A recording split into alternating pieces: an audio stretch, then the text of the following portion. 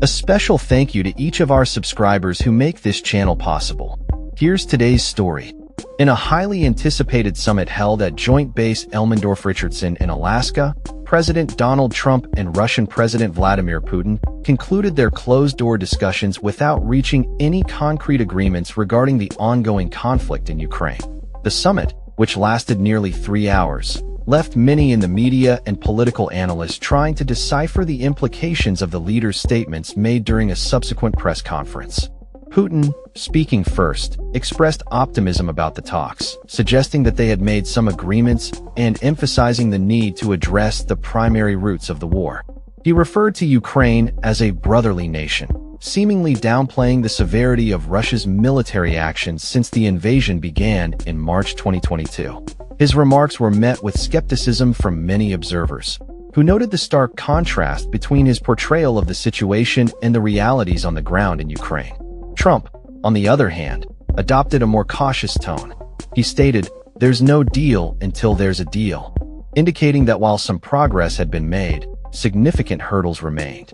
His comments seemed to reflect a desire to maintain a tough stance, while also leaving the door open for future negotiations.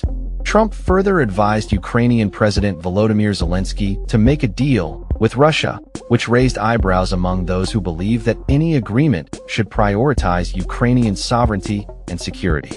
The press conference itself was marked by an unusual dynamic, with Putin addressing the media first, a departure from the norm where the host country's leader typically speaks first.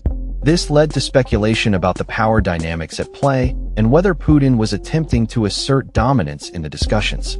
Media outlets, eager to fill the information void, analyzed the body language of both leaders during their statements, with one CNN correspondent noting a moment of uncertainty from Trump as he responded to questions from the press. Despite the lack of a ceasefire announcement, both leaders hinted at the potential for future dialogue. Trump mentioned that he would be making phone calls to discuss the outcomes of the meeting and expressed a willingness to explore options for a ceasefire, though he emphasized that any decisions regarding territorial swaps would ultimately be up to Ukraine.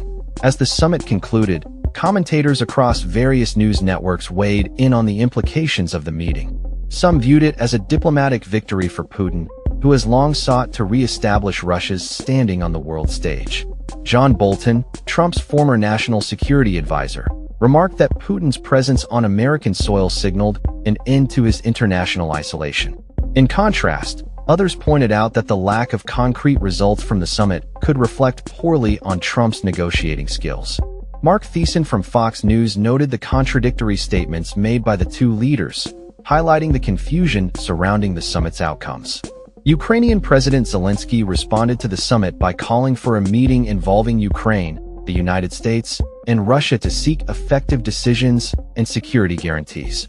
He reiterated the need for Russia to end its aggression and emphasized the importance of lasting peace in the region. As the dust settles from this high-stakes meeting, the international community remains vigilant, watching for any signs of progress or further escalation in the ongoing conflict in Ukraine. The summit has undoubtedly set the stage for future interactions between the two leaders, but whether those interactions will lead to meaningful change remains to be seen. In summary, while the Trump-Putin summit may have produced some dialogue, the absence of a definitive agreement leaves many questions unanswered. The world will be watching closely as both leaders navigate the complex landscape of international relations in the coming weeks. That's all for this story. We upload videos every day covering many different subjects, so hit that subscribe button to stay informed. Thanks for watching.